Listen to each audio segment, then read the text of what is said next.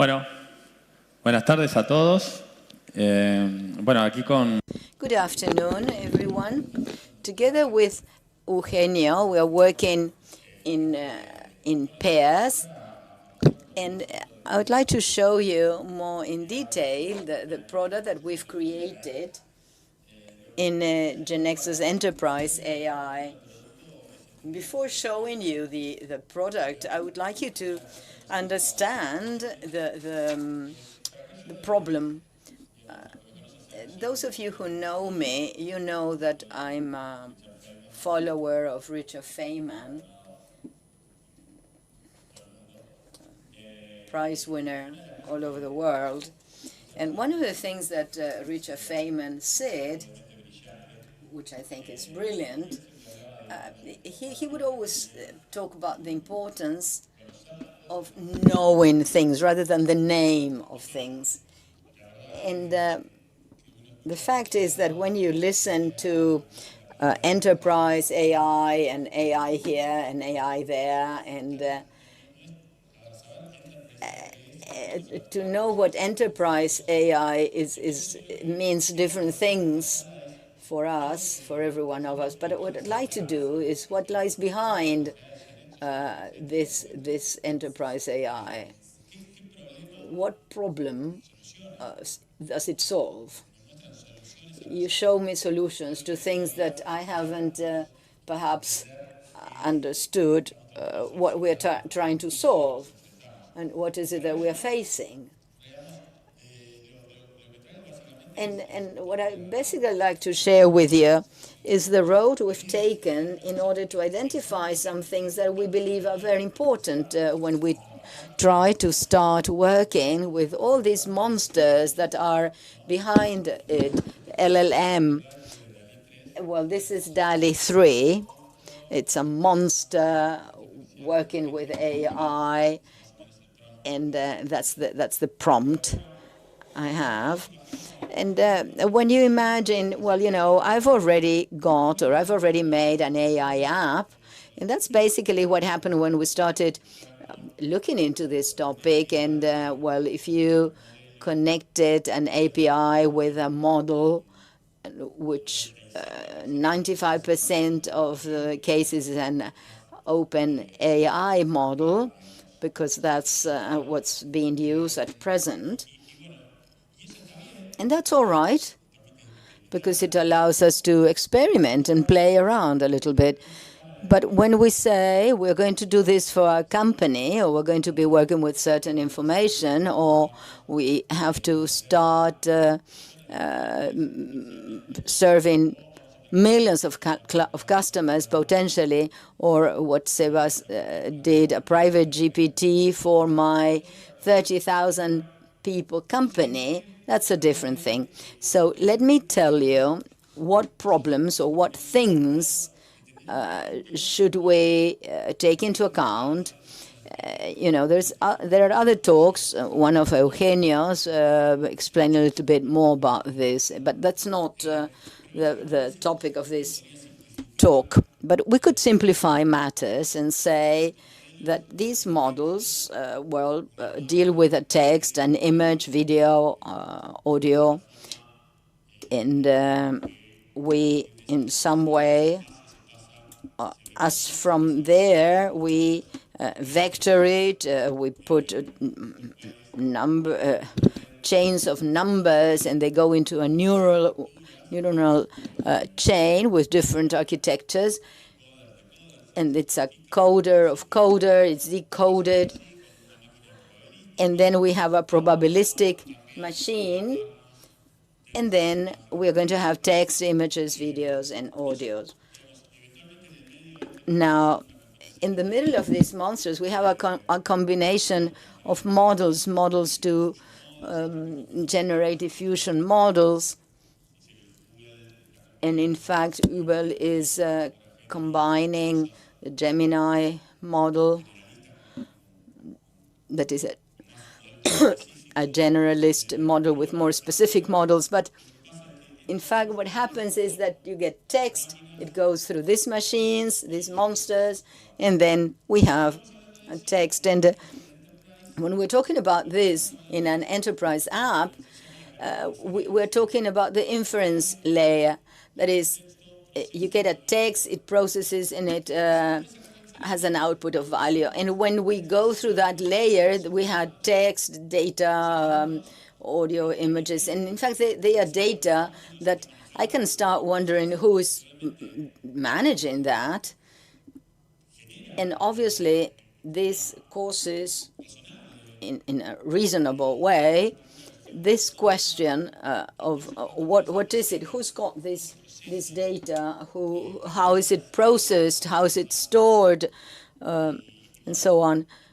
And so we have this type of things. Perhaps some companies are even saying, I don't want you to use ChatGPT, for instance, until we understand it. And so earlier on today, we talked about this question of hallucinations. And basically, it's a euphemism to say there are errors, there are mistakes when we work with these models. And it's not only hallucinations. When we start getting this kind of thing, a couple of weeks ago, we said that when I ask something to these models and I press them, I push them, they lie. This paper is quite interesting, because when I say, why is it that you suggest I should do this? Why have you suggested I should buy a share? Let's say an assistant that is helping you to buy shares. How is it that I made so much money? Did you have a possibility of did you have an insight information, something that isn't legal? And if it did have access to an inside information, it'd probably say, well, I'm not going to say it. I'm going to say that it's this or that. Now, it's interesting to see how, in some way, we are discovering what's happening. It isn't that it's already discovered. We go on discovering how some things are working behind all this. And then when we get to what is the variety of models and sizes, well, there are very many models. Of course, generative AI wasn't created with GPT-2 or before, but it was already being used in different areas. But what happened this year is that it's impossible to keep up the pace of so many models. And it's not only the size, but also the ways they are shown. And when you start working to solve something and you say, well, I'd like to have this inference layer because it helped me analyze and summarize texts and to combine and draw conclusions, then it would say, is it a proprietary model or is it an open model? And there are gray areas, because when you say it's proprietary, you could say it's a model like GPT-4 or Cloud 2 or Anthropic or Palm 2 by Google. Well, all those models are proprietary in some sense, but we don't know what the architecture of the layers are, and neither do we know even what data they were trained with. And so some things you have to go out and discover how they work, what type of bias they've got. And but sometimes you think about biases, and it wouldn't be good to have them, from political, sexual, race biases. But there are all other biases. There are simpler, for instance, positioning bias. If I tell the LLM to compare A to B and it says A, now if I turn it around, it would say it's B, simply because I put it one before or after the other one. So you have to do many things. You have to make many tests that are simply things that in some proprietary models are discovered as we go on, because we don't know how to test them. Now, there are other open models that may be open, and we shouldn't get mistaken there, because they may be open in their architecture and models, and the weight of the graph to process a token using another token aren't open. because they don't tell us what data they used to be trained and how they got to the model. This is the architecture, but there are many gray areas that aren't absolutely open. And there are models that are more open, like Gamma 2, where you have meta behind it, which is an open model, and you understand from one end to the other what's happening. But that's simply the model. Then I may have an open model, and I'll have to see how I'm going to make the inference, where I'm going to post it, where I'm going to put it. And then the forms, maybe the traditional one, it's an inference as a service, like OpenAI, where someone ensures that I'm going to have a good communication with the model, or it may happen that I'm using a cloud server, and I have this Gamma 2 made by Meta, but many people, but mainly Beta is behind it, and I'm going to put it in SageMaker of AW. And there, I would use a cloud server where I start having a little bit more control, at least of that inference. And then what's going to happen is that these models, and this is already happening, these models will be posted in our devices, many of these models. In fact, my Mac has models running AI where many things are optimized. For instance, how you productize these models. And most certainly we'll be able to run it in an iPhone or an Android, and that's it. So let us see now that there are many models and many ways of posting them. There are reasons for concern regarding security. But let's just look at other things as well. I've got a text that is going to go to LLMs or other models, but something big in general terms. And in this communication, I have to take into account security, which we mentioned already. I have to take into account the scalability, because even if I have a model that's in OpenAI, but in fact, I have a lot of tokens per minute that I must be able to support. So this model doesn't support more than X number of tokens per minute. And so I start having some restraints regarding scalability. And this may happen with models such as Gamma 2. When we started testing it in scalability, well, we had to post several ones. And it's not a question of putting the model and calling it in and everything works. But in turn, depending on what we said earlier, I have a question of costs. And each one of the tokens or words that are sending out, I'm using them in an exchange way, although the mapping is not direct. But every text I send out has a cost from the outset. And then in that communication, I've got those three things to worry about.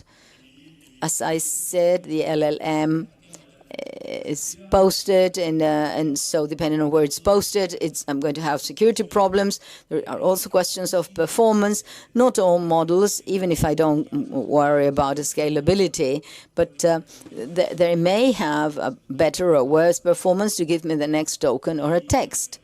And obviously, reliability of each one of those models depends on the variables I must also take into account. And then in the output, when I get the text, I will have to take into account the cost, which is different from the input. In general, the output cost is higher than the input cost. And I also have to look into the performance and its security. So when I start thinking about the user experience, I start having some latency between the time I sent the text and I got the text back. And this has broken down with very many traditional things, communications that are behind a cloud front, for instance, in AWS. These are rules where you start having a timeout And why is this so? Well, because many times they were designed so that in 120 seconds they thought it was a reasonable time to respond. But if the LLM is writing a book, then I need more than 120 seconds for the output. So I start having problems of latency. And the latency is something that I get when I'm working. For instance, if I work with a good experience feedback with users, because while all these things are happening, I have to tell users something about this. And I have to be able to observe the security, the cost, the performance of all this process all along. And that's why Gartner describes it as everything that is added to trust, risk, and security management. There are many things that we have to take into account when working with these models. In fact, as mentioned,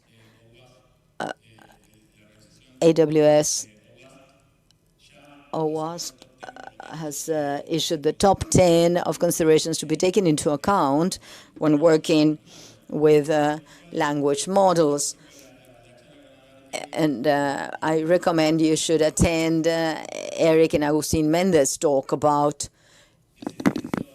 this text that we sent, which is called a prompt, and how to send the prompt out, and the vulnerabilities that we may have, and how to deal with them. And obviously, there are 10 other things to take into account, from the time of where the data came from, the training, and so we shouldn't poison the data in the training, and so on and so forth. Ahora siguiente. Now, imagine the many decisions I had to make, and I'm talking about the inference layer. When we say imagine that we choose some of these models, so what comes first to our mind? We say, let us organize something in the cloud, because we won't have direct communication from clients to LLM. It's going to be server to server, because we are not going to exchange codes with other entities. So when we go to the cloud and we start thinking, you'll see that there's a lot of chats with PDF, with a database, this and that. I use this LLM.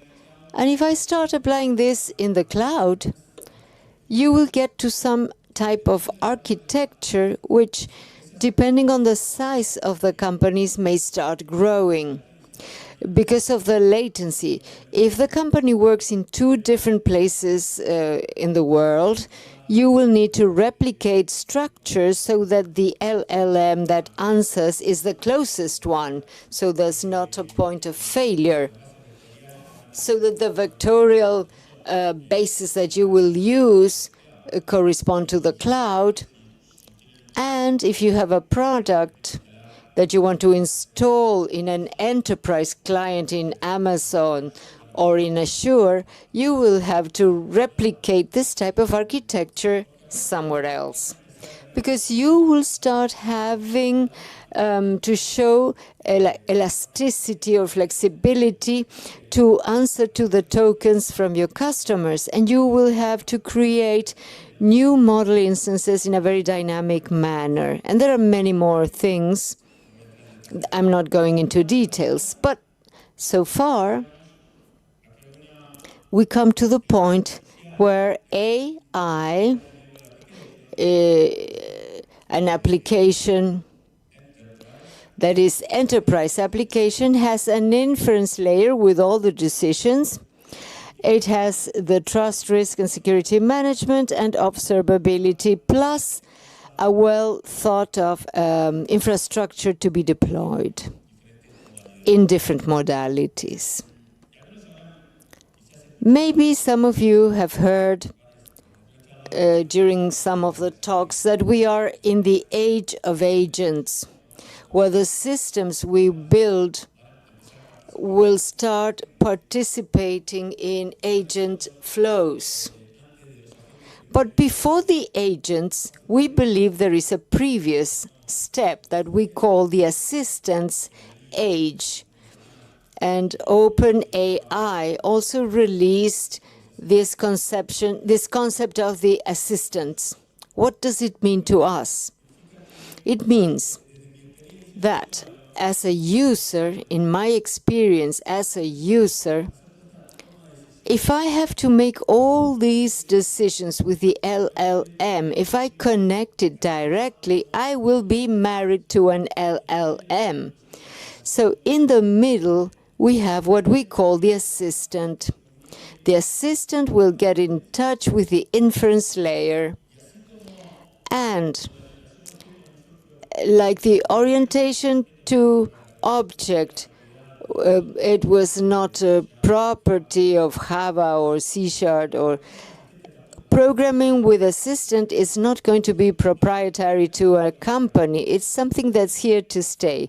Assistants, in our concept, in our definition, when we start working, we said, next, we have an assistant that will help us in transactions or build panels or build business processes.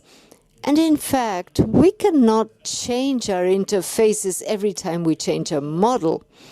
So what happened with some of the assistants we produced, the whole open declined and fell. There are other more political declines, but we could not depend on just one company to provide the inference layer.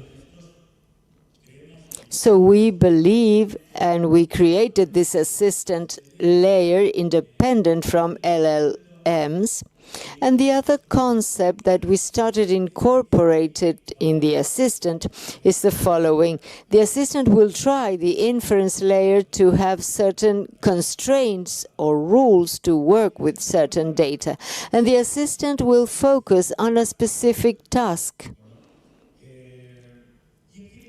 And in general, it will be like a chatbot. So, when we look at what the assistant works with, there is another aspect that comes up. The assistant has, on the one hand, a short-term memory, similar to us, a short-term memory. So I can tell it, look for data, I will put it in the memory of the assistant. But where do I store the long-term things so that the assistant can bring more information from other sources? So one of the things that Armin mentioned is that we have to look for a place where we will find things semantically. I told you that each word was turned into a number with many dimensions, with many semantic dimensions, so that someone can search them. So once again, we wonder where to store this, in which vectorial database to store the information. It's not a monster that you show the PDF and it knows the PDF. So we need to put it in the memory. If it's too large, it's a long-term memory. So we need to make decisions as to the size, how to code with how many dimensions. Maybe OpenAI has thousands of dimensions that are not necessary for my domain.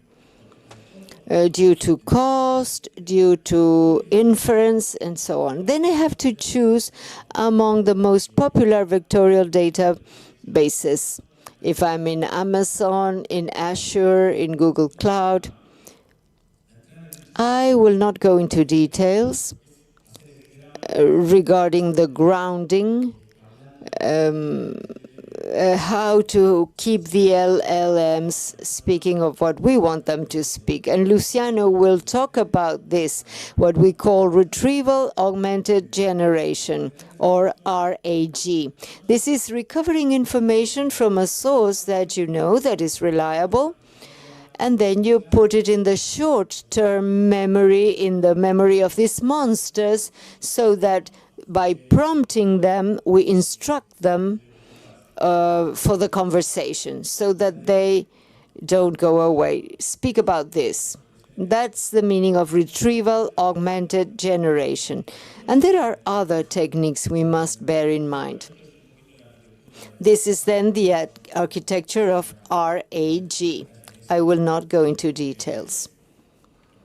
Well, there will be a talk devoted to this topic. This is one of the things I recommend. It's one of the techniques that we will use the most in the short term. Other techniques may be more accessible in terms of time and cost, like the fine-tuning. But another relevant issue where we see the difference between one enterprise application and another is what sources of data can be connected quickly. If I want to talk on the basis of a database that I have, can I do so? Can I, if I have an API, can I organize a presentation on that? And that marks a difference between an enterprise application or what is not an enterprise application. All the rest is something fun, but that's not what we consider an enterprise application. So somehow we move on.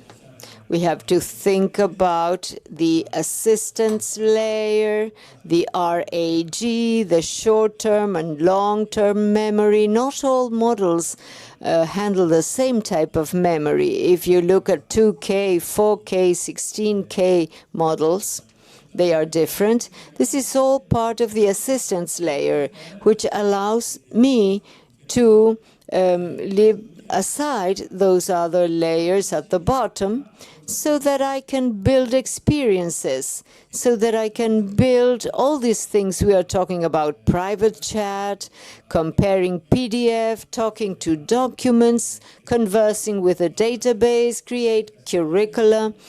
In the event application, you can use it. This is a commercial, this is advertising. There is one application for networking. You put your data, and you need to approve it.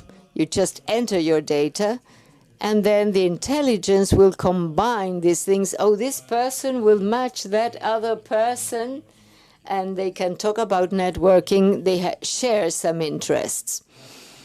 So, of course, the interfaces are changing. So all these models will be multimodal.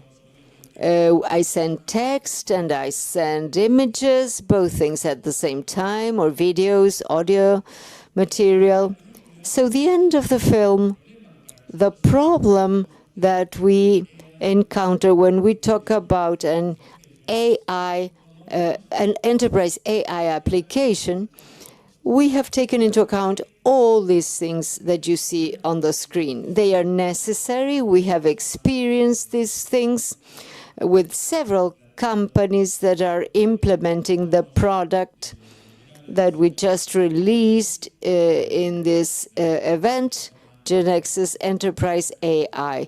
The internal architecture is a little bit complex, but now I will give the floor to Eugenio. He's going to show the product working, and he will show all these complex things that are supporting the product behind.